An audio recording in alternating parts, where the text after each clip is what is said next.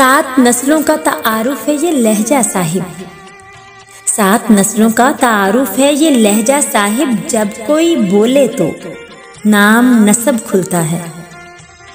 मुश्किल वक्त में हमेशा दुआ करें, क्योंकि जहां इंसान का हौसला खत्म हो जाता है वहां से रहमते खुदावंदी शुरू होती है। वक्त बीत जाने के बाद कदर की जाए तो वो कदर नहीं, अफसोस कहलाता है। हर तकलीफ अजियत नहीं होती, हर तकलीफ अजियत नहीं होती। कुछ तकलीफें ऐसी भी होती हैं जो हमें साबिर बना देती हैं, और सब्र करने वाले अल्लाह के पसंदीदा लोग होते हैं। हर एक पर अंधा इत्माद कभी कभी आपको यकीन की ऊंची सीढ़ी से ऐसा जोर से धक्का देता है कि आदमी जिंदगी भर किसी पर एतमाद करने के काबिल नहीं रहता।